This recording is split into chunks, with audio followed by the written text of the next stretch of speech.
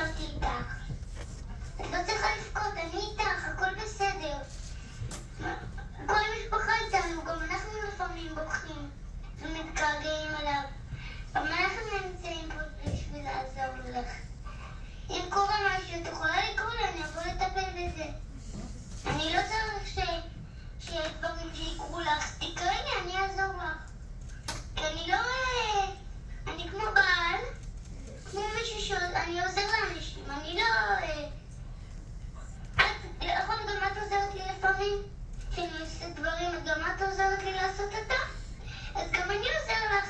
למשל יום אחד היה לה קשה משהו לחתוך, אז למשל עזרתי לך, נכון? וגם אני עושה דברים במקומך, נכון? למשל רצית לעשות משהו ולא יכולת לעשות אותו. כי כבר לא היה לך כוח, אז היית אומרת לי, הייתי עושה אותו בקלות. בכל דברים שאני לא יכול, אני עושה את זה, גם את עושה את זה. את יכולה לעשות הכל.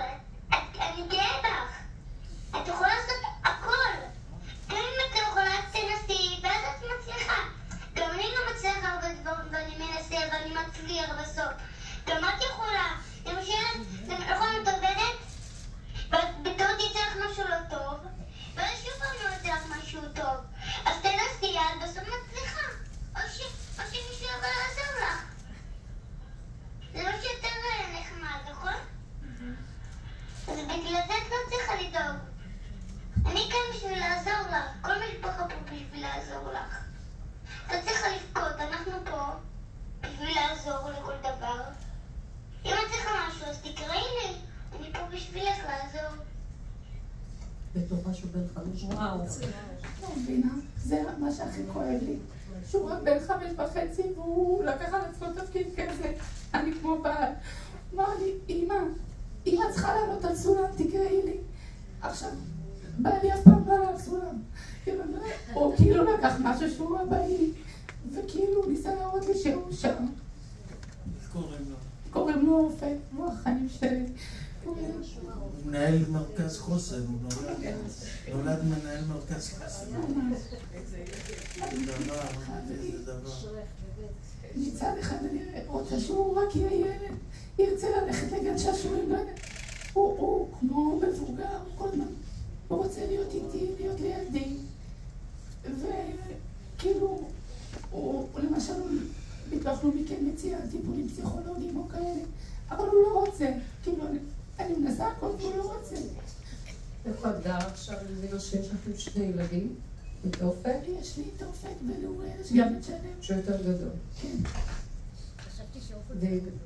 לא. אופק זה הקטן. יודעים. ואיפה אתם גרים? אנחנו גרים בגבעון. ומי את מקבלת עזרה? מאמא שלי גרה לידי. ואבא שלי כמובן, אבא שלי הוא פעיל שלא, כאילו הייתי בטוחה אחרי שהודיעו לנו שהוא נרצח.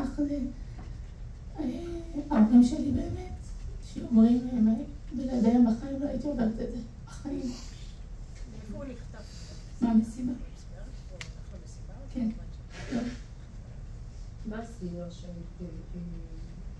צריכה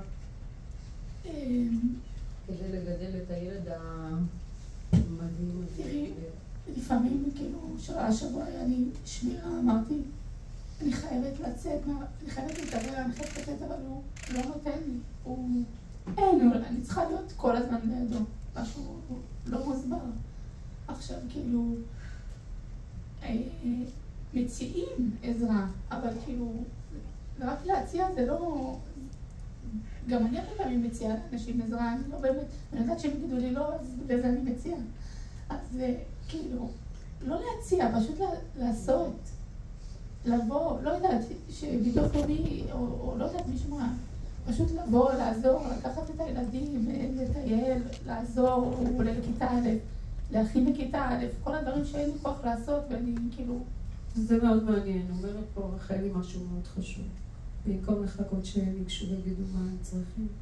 שאין זמינות ופניות נפשית, פשוט לקבוע, כבר יש לנו ניסיון מצטבר. אם אני אשאל אותו הוא לא רוצה, אבל אם מישהו יבוא ויכיר אותו, הוא ילמד להכיר אותו.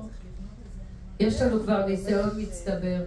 צריך להתחיל להיות במקום של לקבוע דברים ולתת אותם, וזה חוזר על עצמו שוב ושוב ושוב. תודה רבה רחל. כן.